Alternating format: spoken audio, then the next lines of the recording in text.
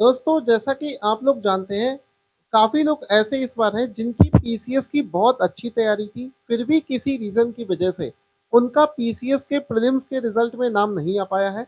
ऐसा नहीं था कि उनकी तैयारी अच्छी ना हो, तैयारी बहुत शानदार थी, लेकिन कभी-कभी ऐसा हो जाता है कि पूरी तैयारी होने के बावजूद भी आप उस समय परफॉर्म नहीं कर पाए, या मान लो आपके 1-2 क्वेश्चन गलत हो गए, जिस वजह से आपका प्रीलिम्स का कट ऑफ नहीं निकल पाया।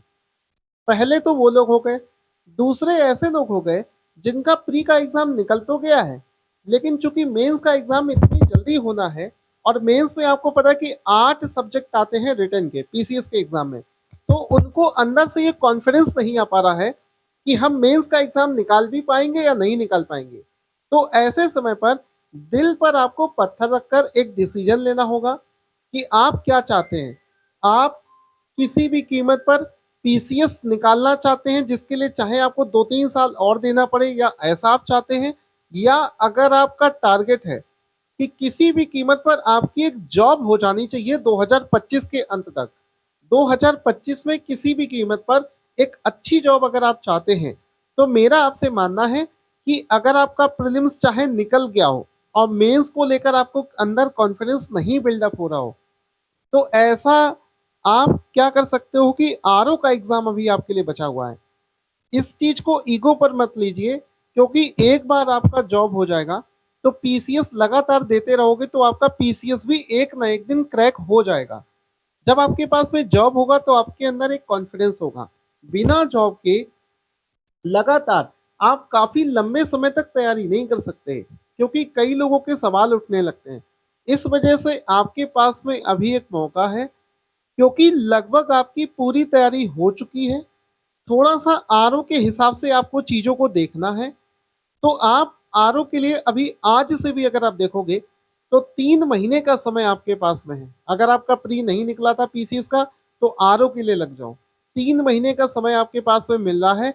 आपकी तैयारी, मैं कह रहा हूँ कि लगभग तैयारी तो आपकी हो चुकी है। थोड़ी बहुत जो कसर बची हुई है, इस 3 महीने में जैसा जैसा मैं आपको बताते जा रहा हूँ, वैसा वैसा रूट आप फॉलो कर लोगे, तो आपका प्रीलिम्स 100% निकल जाएगा। क्योंकि एक बार सोच कर देखो, आप उन सभी लोगों से लाख गुना आगे हो जो आरओ के लिए भी सही से तैयारी नहीं कर पा रहे थे। उनसे तो कम से कम आप आगे हो। या आप यही सोच सकते हो कि जब मेरी पूरी तैयारी हो चुकी है और मैं एक एग्जाम में फेल हो गया हूं, तो हर एग्जाम में थोड़ी ना फेल हो जाऊंगा। इस वजह से आप लोग आरओ की तैयारी में लग जाओ। और अगर आपको मेंस के लिए कॉन्फिडेंस नहीं आ रहा है, तो भी मैं आपसे कहूंगा कि इस चक्कर में मत पड़ो कि यूपी पीसीएस का प्रीलिम्स निकल गया तो मुझे मेंस देना ही देना है।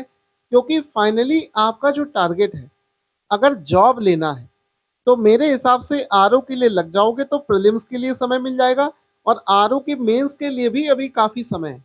और आरओ के मेंस में इतना टफ नहीं होता है जितना कि यूपी पीसीएस का होता है, क्योंकि आरओ के मेंस में आपसे ऐसे राइटिंग पूछा जाता है और लेटर राइटिंग पूछा जाता है। बाकी सारी चीजें सिंपल है, वो आप कर लोगे रिटर्न के मामले में। ऐसा नहीं कि 8 पेपर पूछे जाते हैं पीसीएस के तरीके।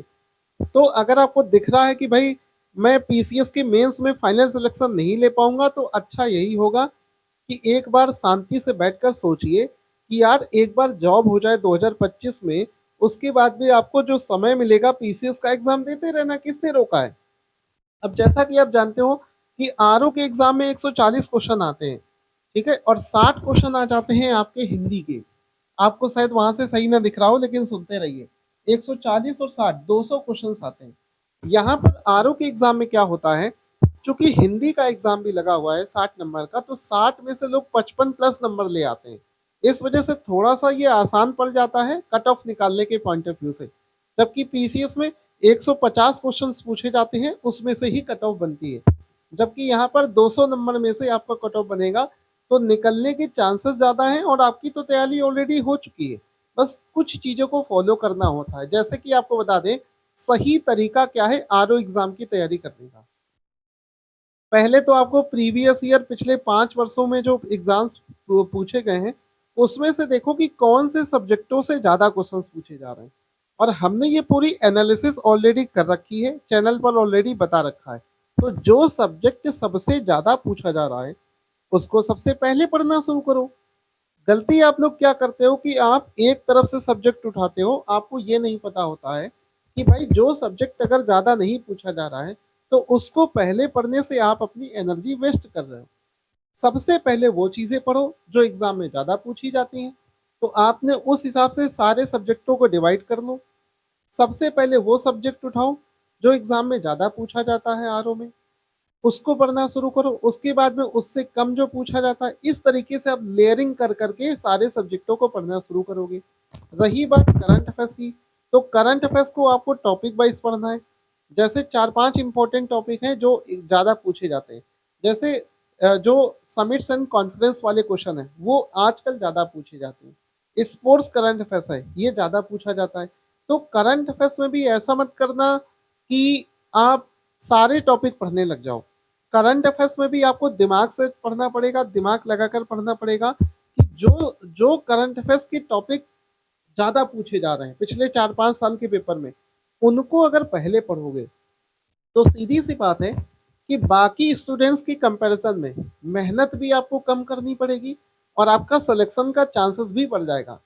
क्योंकि आज की डेट में मेहनत हजारों की संख्या, लाखों की संख्या में लोग कर रहे हैं, लेकिन एग्जाम उन्हीं का निकल रहा है जो थोड़ा दूसरों से दिमाग से ज़्यादा अच्छा पढ़ रहे हैं। दिमाग लगाकर आपको तैयारी करनी पड़ेगी, अदरवाइज मेहनत करने वालों की कमी नहीं है। तो मेरे इस वीडियो को सजेशन को अगर आपको ये सही लगता हो तो एक बार इस चीज़ पर डिस्कस ज़रूर करते हैं। आप लोग कमेंट बॉक्स में लिखकर बताइए कि मैं ये जो चीज़ बोल रहा हूँ ये सही है या गलत है। डिस्कस करने से ही आपको चीज़ें क्लियर हो पाएंगी। इसके अलावा हमारे चैनल को सब्सक्राइब कर लेना, मैं आपको समय समय पर गाइड करता रहूँगा कि आपको करना क्या है। Thank you so much guys for watching this video. हम आपकी एग्ज़ाम की तैयारी के लिए एग्ज़ाम के दिन तक आपको गाइड करते रहेंगे। जैसा जैसा मैं आपको गाइड कर रहा हूँ वैसा वैसा आप फॉलो करते रहिए, आराम से आपका एग्ज़ाम निकलेगा।